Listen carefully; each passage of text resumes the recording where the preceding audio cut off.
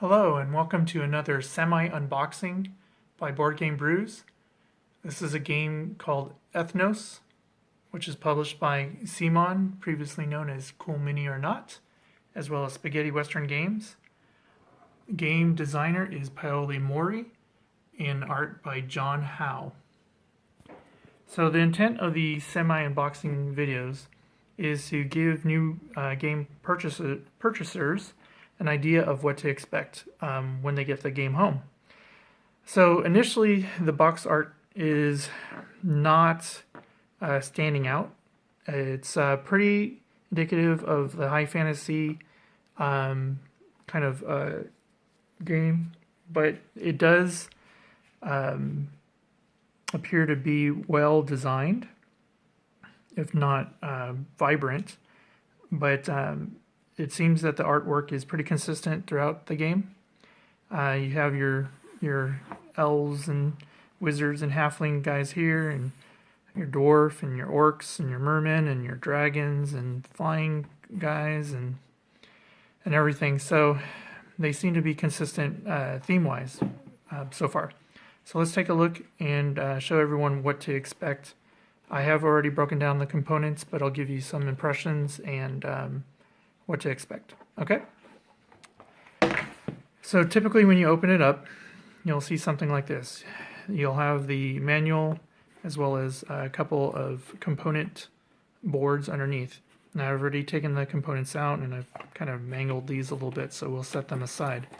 But there's space for different components and player boards and scoring tokens and more player boards and whatnot. Here is the game board. The game board is pretty simple. It indicates 6 different regions and the score track, as well as the different scoring tiles that you place out here. I guess this is to indicate a number of cards and whatnot, and possibly scoring. But we'll find out later when we do the game playthrough. All of these components right here fit nicely. These are the ones that were in the token mats. These are the different player boards. There's 6 of them. Here is the giant token, the orcs tokens, and they fit nicely stacked in this molded insert, and there's not really a lot of give or anything like that. These are the different tokens that go on the board to indicate scoring. I'm assuming that these are for 4 players or more, and there's just enough of these tokens that they kind of fill this component section without overflow, and the other ones they have a little bit more room if there might be more tokens in the future. Here's one set of cards.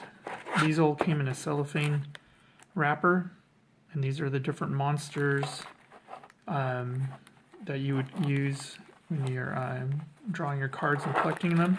And they all have pretty much similar background on the back, except for those gray ones on the very top. And here are some additional cards. They also came in a cell phone wrapper, and they're pretty much more of the same. So they give you quite a lot of cards, which is nice.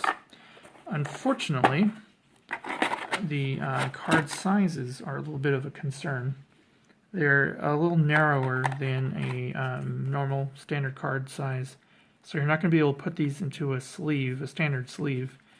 And although the finish is pretty nice on these, there may be a little bit of wear and tear over time. It'd be nice to sleeve these at some point, but it's not going to be a high priority at the moment. Now these are the different tokens for the different players, and they all came in these bags. I kind of took these purple ones out of the bag and put them in this little trough. Now I guess the intent of the designer, the packaging designer here, the insert, was to have these different components in here and then give you, a lot of space extra. What that space is used for, I don't know. Maybe some expansions in the future. But there is a bit of a problem with these. Right now, without anything to fill the space, they're going to just fall out all over the place. And the other problem is when you're trying to get them in, these chips tend to want to go face down. So it's not a problem when you get the first few in, but when you start trying to get additional ones in, they don't necessarily like going in and staying in. So I don't see this being the long-term solution for holding these components. I think initially I'm going to end up leaving them in their bags, and over time trying to figure out a way to either make this area a little bit more sticky or a little bit less slick so that they don't slide all over the place. Right now it's just not a really good solution. I guess this kind of works. The components themselves, though, they're nice because they stack well. And I think that's part of the purpose of the game, is to have these components stacking as you place them on the different parts of the board. So the purpose of these components is pretty nice. You can see the detail, the lip underneath to keep them together. It's pretty good components. The colors are pretty good. There's not a lot of ambiguity between them. I think the green is pretty different from the yellow and the blue. So I think the components are going to be pretty easy to keep track of. They all look the same though, so they're all that same design. And if you have someone who is colorblind, that might be a concern.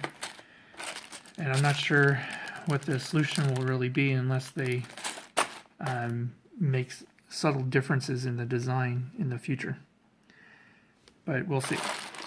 In the meantime, though, they'll probably stay in their bags like so. I'll put the purple ones back in bags, and when I'm storing it long term. Now, what I like about this insert, though, is everything fits in there nice and snugly. The corners here are bubbled out a little bit, so it's not going to cause any problems with the corners of the board.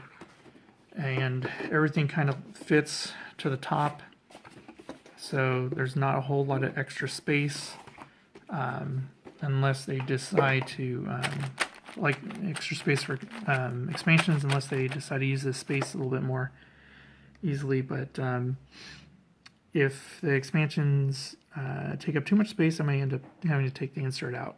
I don't know.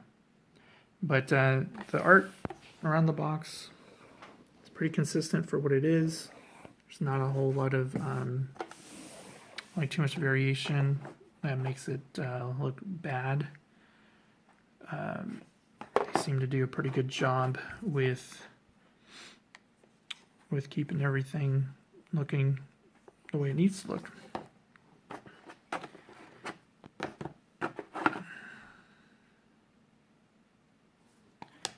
And here are the orc guys. These are slightly different.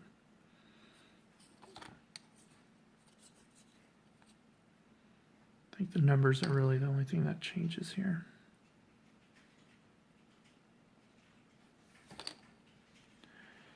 And I'm going to make a video with a little bit of the gameplay in the future, and I'll give my overall thoughts about the game at that time. But if you're interested in buying the game, now you know what the insert looks like and the quality of the components, and the game box isn't very big. It'll fit in the shelf with the other game box is pretty standard size, and overall the quality of the components is good, and I'm a little concerned about the little trough for the little tokens, but overall I think it's a well-made game. All right, So future videos of semi-unboxings will be similar to this, where they'll show the components and give you my initial impressions of the materials as well. Have a good one. This is Board Game Brews, semi-unboxing of Ethnos by Simon and Spaghetti Western Games. Thank you. Bye.